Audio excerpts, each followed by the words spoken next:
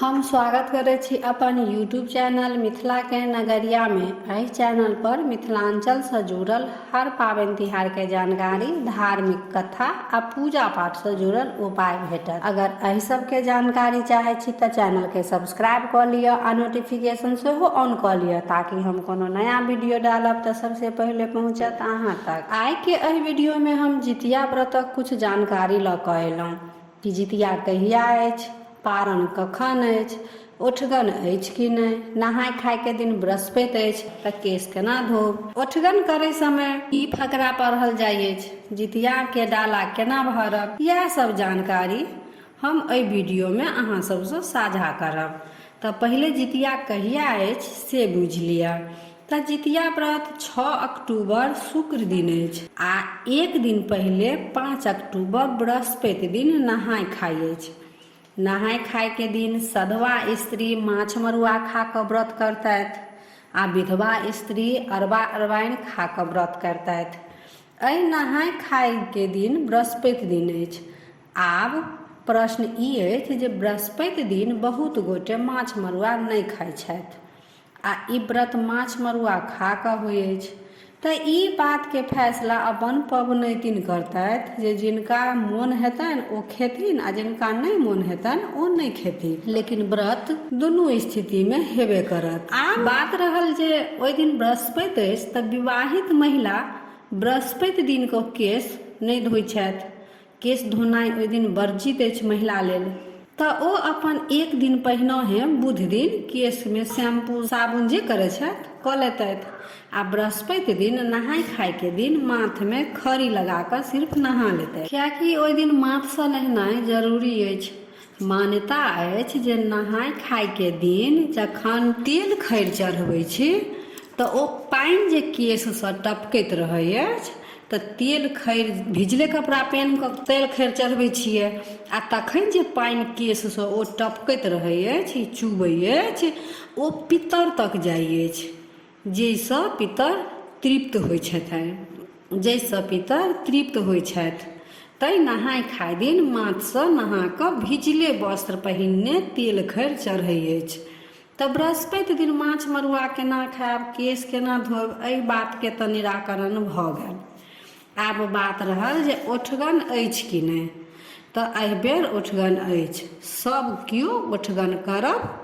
ओठगन 4:32 तक ओठगन रहत। मिथिलांचल में त ओठगन के मतलब बुझिते हैब, लेकिन जे मिथिलांचल से बाहर केओ अगर ई वीडियो देख रहल छी त ओठगन के मतलब भेल सरगी। त ओठगन भोर में 4:32 तक रहत। 4:32 से पहले क लेब। ओठगन में भारी चीज नहीं खायब, अर्थात तेलीय सामान नहीं खायब, कियाकि जितिया व्रतक नियम कतेक कठिन अछि बुझबे करै छी। एहि दिन ढेकारो तक हैत तो ओ व्रत खंडित भ जायत। ताहिसँ ओठगन में जिनका मोन मानतनि ओ चूड़ा दही खा कऽ ओठगन क लेती आ नहीं तो नामो मात्र चूड़ा दही खा कऽ पानि पीब कऽ चाय पीब कऽ ओठगन क लेती।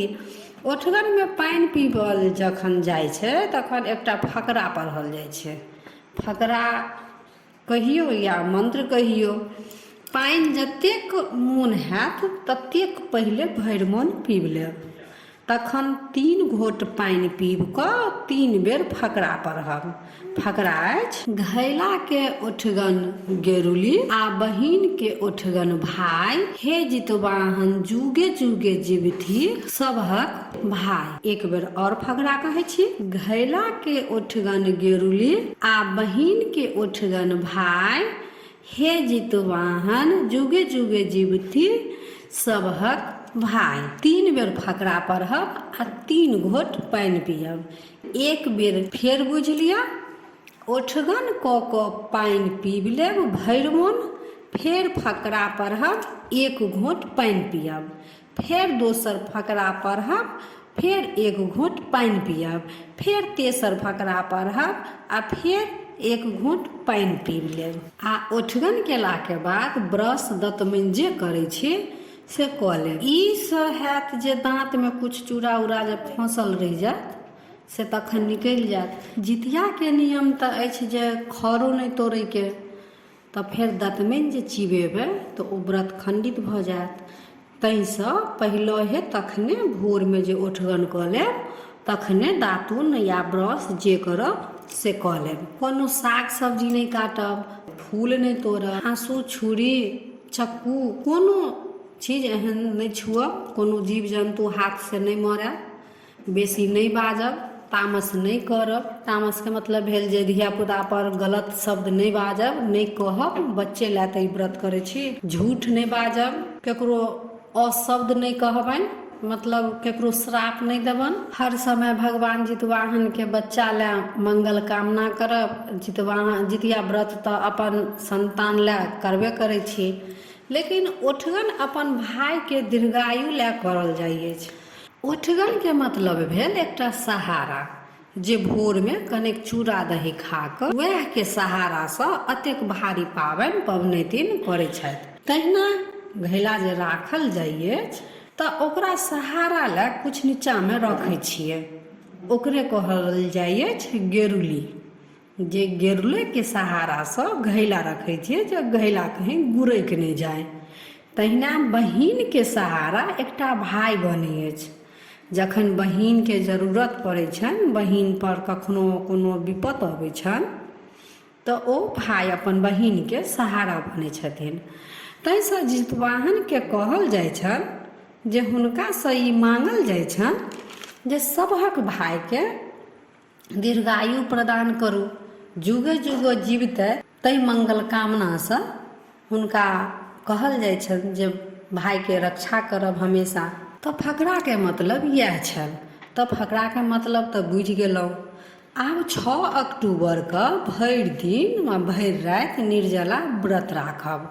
7 अक्टूबर के शनि दिन पारण अछि 10:32 के बाद। 10:32 तक अष्टमी तिथि रहत। ताहिके बाद नवमी भऽ जायत। नवमी तिथि में जितिया के पारण होइ अछि। तखन खीरा औंकरी खा कऽ पारण करब। जितिया के डाला केना भरल जाइ अछि सेहो आब बुझि लिअ। जितिया के डाला जाहि दिन व्रत केने रहै छी, यानी 6 अक्टूबर के शुक्र दिन भरल जायत। जे सामग्री अछि ओकर ओरियान पहिले से कऽ लेब। डाला भरे में सबसे पहिले एकटा बाँसक डाला के जरूरत पड़त। कारण कहे के अछि जे बाँस पूजला से वंश बढ़ै अछि, ताहि दुआरे डाला बाँसक होयके चाही। आ दोसर बात, ओहि डाला में बाँसक पात जरूर राखब। बाँसक पात रखै के मतलब भेल जे अहिना हमर परिवार हरा भरा रहै, बाँस जकाँ हमर परिवार पसरल रहै। आब जैटा संतान रहै तैटा नारियल लऽ लेब। संतान में बेटा बेटी दुनू के गिनती हैत।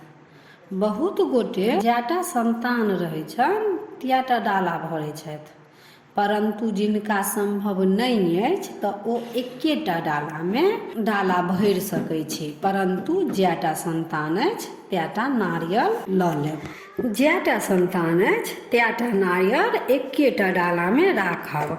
ओहि नारियल में रक्षा सूत्र लपेट कऽ राखब। आ रक्षा सूत्र जे लपेटब तऽ ओकरा काटऽ के या तोड़ऽ के जे जखन जरूरत पड़त तऽ ओहि दिन व्रत केने रहब तऽ अपने रक्षा सूत्र नहीं काटब, किनको से कटवा लेब। ई नहीं जे डाला भरे में हड़बड़ी में ध्यान नहीं रहे आ अपने से रक्षा सूत्र काटि कऽ लपेट दियौ। ताहिसँ हम मोन पारि दै छी जे रक्षा सूत्र केकरो से कटवा लेब। ताहिके बाद समय अनुसार जे फल संभव हैत, डाला में फल राखब। कम से कम 5 रंग के फल के व्यवस्था कऽ लेब। 5 रंग के फल तऽ पुरि जायत, बेसी से बेसी जतेक राखि सकी। 7 गो 9 गो 11 गो जतेक मोन हैत ततेक राखि सकै छी। 5 गो फल तऽ भऽ गेल, जेना केला, लताम, सेब, खीरा, अनार। खीरा विशेष रूप से जरूर राखि लेब। ओकर बाद जनेऊ, डोरा डोरि, फूल, पान, सुपारी, दक्षिणा। आ ओ दक्षिणा मंदिर के पुजारी या ननद के दऽ देबनि, ब्राह्मण के दान कऽ देबनि। ओहि के बाद झुमनी के पात सेहो राखि लेब, केराव, अक्षत, रक्षा सूत्र सेहो राखि लेब, जे पूजा के बाद अपन अपन संतान के ओ रक्षा सूत्र बान्हब। आ ओही संगे श्रृंगार के चीज सेहो राख लेब। अगर श्रृंगारक सामान बेसी नहीं हुआ तो कम से कम 1 डिब्बा सिंदूर आ 1 पत्ता बिंदी जरूर राख लेब। कुछ मिठाई सेहो राख लेब। ताहिके बाद जिनका